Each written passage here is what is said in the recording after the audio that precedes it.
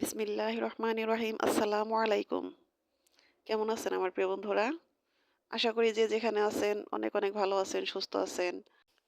আমিও আল্লাহর অশেষ রহমতে আপনাদের সকলের দয়ায় অনেক অনেক ভালো আছি আলহামদুলিল্লাহ।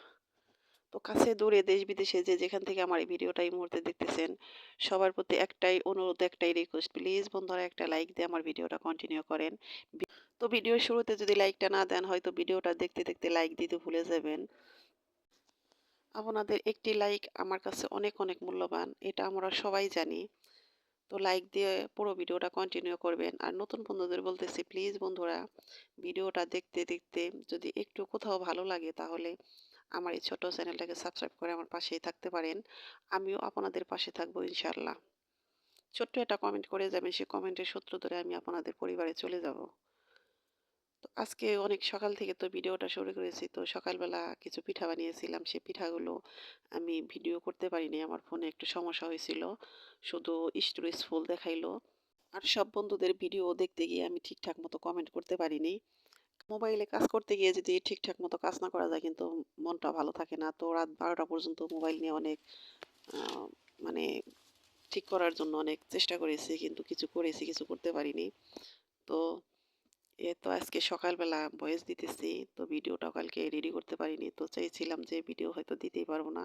তো টুকিটাকি কিছু ভিডিও করা হয়েছিল সেগুলো জোড়াতালি দিয়ে আরকি এই তো ভিডিওটা করতেছি। কারণ কন্টিনিউ না থাকলে তো আমার প্রিয় বন্ধুরা আমাকে ভুলে যাবে। তো সে কারণে জোড়াতালি দিয়ে এই ভিডিওটা করতেছি।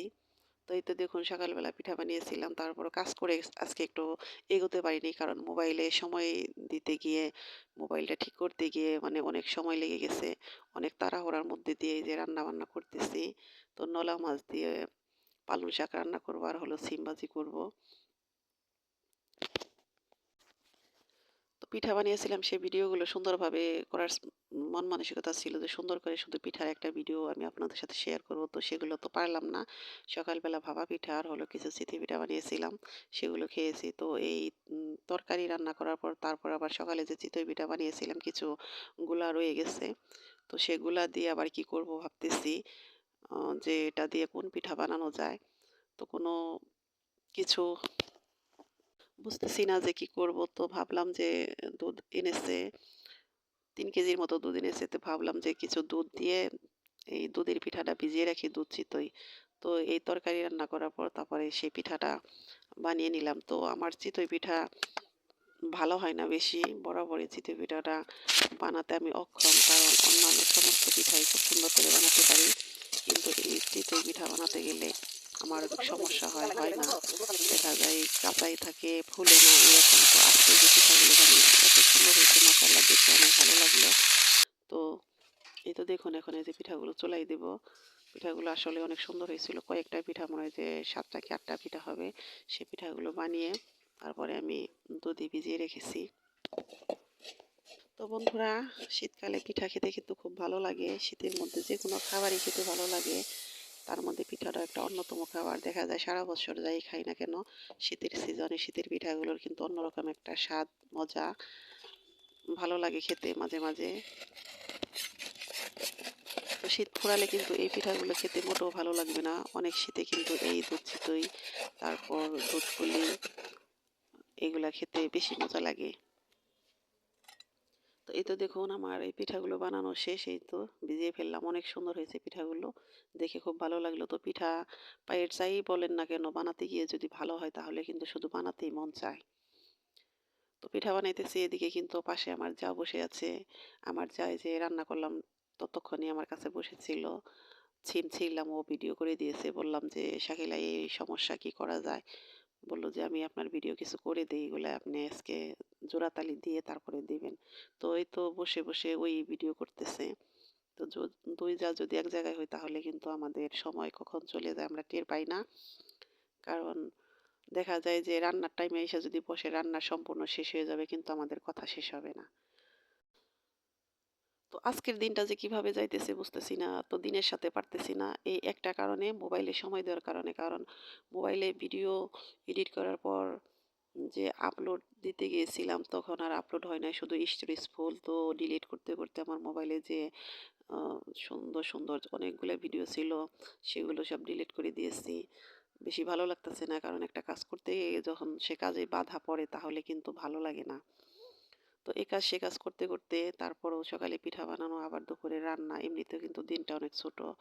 তারপরে এই তো দেখুন দুপুরে রান্না, গোছল, নামাজ পড়ে এই বিস্কিটগুলো এনেছিল মনে হয় ৩ দিন আগে। তো সেগুলো পলিতেই রয়েছে। তো গোছানো হইতেছে না। অনেকগুলা বিস্কুট। তো সেই বিস্কিটগুলো এখন গুছাইতেছি।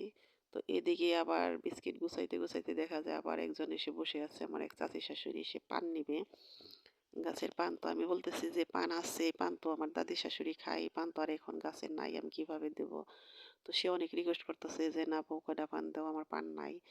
তো এদিকে যা এসে দাঁড়িয়ে আছে যে পালপাড়ার ওইদিকে যাব। তো তার অনুরোধ রাখতে কি আর করার, তো তাকে কিছু পান পেড়ে দিলাম। পান পেড়ে দিয়ে তারপরে যাব হলো পালপাড়া কিছু জিনিস আনতে। তো পিঠা বানিয়েছি সকালবেলা, যে ভাপা পিঠা যে সরা থাকে সে সরা নাই, সেগুলো আনতে যাব। আর চিতই পিঠারও কিছু জিনিস আনবো, খোলা। আমার যা আনবে ভাতের পাতিলের ঢাকনা, মানে তো এই এটা সেটা আনতে যাব আর কি। তো এই তো দেখুন এখন হলো আসরের আজান দেওয়ার অনেক পরে, আসরের আজান দিয়েছে তখন নামাজ পড়েছি, তারপরে এই তো এই যে পান পেড়ে দিতেছি। আমার পান গাছের দিকে তাকালে এখন একটু ভালো লাগে না, পান গাছ একদম কেমন যেন হয়ে গেছে। তো বৃষ্টি হলে তারপরে এই পান গাছ আবার সতেজ হবে। তো এই তো যাইতেছি আমার যা, আমি আর হলো আমার যার মেয়ে, আমাদের বাড়ির মেয়ে অহনা, আমরা তিনজনে মিলে পালপাড়া যাইতেছি। তো পালপাড়ার ওদিকে গেলে কিন্তু ভালো লাগে। তো পালপাড়া আমাদের বাড়ির পাশেই, বেশি দূরে না, একদম কাছে। তো পালপাড়া গেলে কিন্তু মনটা ভালো হয়ে যায়, অনেক রং বেরঙের জিনিস দেখা যায়। তো আমাদের এই মাটির জিনিসের কোনো অভাব হয় না, ইচ্ছা হলেই আমরা দৌড় দিয়ে গিয়ে এনে একটা কাজ করতে পারি। তো মাটির পাতিলের এখন আর সেই আগের মতো কাজ করা হয় না। তো ভেঙে ভেঙে যাওয়ার সম্ভাবনা। তো রান্নার কাজে দেখা যায় যে অন্যান্য যত যা কিছু করি না কেন মাটির কাজ, মাটির জিনিস দিয়ে কাজ করতে আমার বেশি ভালো লাগে। তো আমার রান্নাঘরের ফ্লোরটা পাকা, দেখা যায় যে একটু একটু লাগলে পরেই ভেঙে যায়, এরকম অনেক ভেঙেছে। সে কারণে অনেক পাতিল আমি চেঞ্জ করেছি, আরএফএল কিনেছি, তারপরে সিলভার এগুলা কিনেছি। তারপরে মাটির কিছু আছে, মাটির জিনিসগুলা রাখছি কাজ করার জন্য, তো ওগুলা দিয়ে সবসময় কাজ করি না, ওগুলো উঠিয়ে রেখেছি কিন্তু আছে। তো আগে মাটির জিনিসের দাম অনেক কম ছিল, কিন্তু এখন বেড়ে গেছে। তো এখন তো সব কিছুরই দাম বেশি, আগের দিনের সাথে এখন আর দামের কোনো তুলনা হয় না। তো এই তো এই যে দামাদামি করতেছি, দামাদামির কি আছে, বেশি দাম না, দাম যতটা ততটাও না। তো ঢাকনা নিলেও আমি কিছু ভাপা পিঠার সরা নিলাম। তো বন্ধুরা, জানি না কে কে এই মুহূর্তে আমার ভিডিওটার সাথে যুক্ত আছেন, প্লিজ বন্ধুরা আমার এই ভিডিওটা দেখতে দেখতে যদি লাইক দিতে ভুলে যান, প্লিজ আবার মনে করিয়ে দিলাম, আমার একটা লাইক দিয়ে আমার ভিডিওটা কন্টিনিউ করেন। আপনাদের একটা লাইক কিন্তু আমার এই ভিডিওটা আরও অনেকের কাছে পৌঁছে দিবে। আর যে বন্ধুরা এই কাজটি করে দিয়েছেন সেই বন্ধুদের জানাই অসংখ্য অসংখ্য ধন্যবাদ, আমার অন্তরের অন্তঃস্থল থেকে অনেক অনেক দোয়া ও ভালোবাসা। তো বন্ধুরা, কথা বলতে বলতে হয়তো ভিডিও লাস্ট পর্যায়ে চলে এসেছি। তো আমার কথা ও কাজে হয়তো অনেক ভুল আছে, প্লিজ আমার ভুলগুলো ক্ষমা সুন্দর দৃষ্টিতে দেখবেন। আর বন্ধুরা, আমারও আমার পরিবারের জন্য আপনাদের কাছ থেকে দোয়া চেয়ে নিচ্ছি, আমাদের জন্য সবাই দোয়া করবেন। আমিও আপনাদের ও আপনাদের পরিবারের জন্য আমার মন থেকে অনেক অনেক দোয়া ও ভালোবাসা সবসময়ই। তো আমি চাই আপনারা সবাই ভালো থাকেন, সুখে থাকেন, শান্তিতে থাকেন, মানসিক শান্তি নিয়ে বেঁচে থাকুন। তো আল্লাহ হাফেজ, আসসালামু আলাইকুম।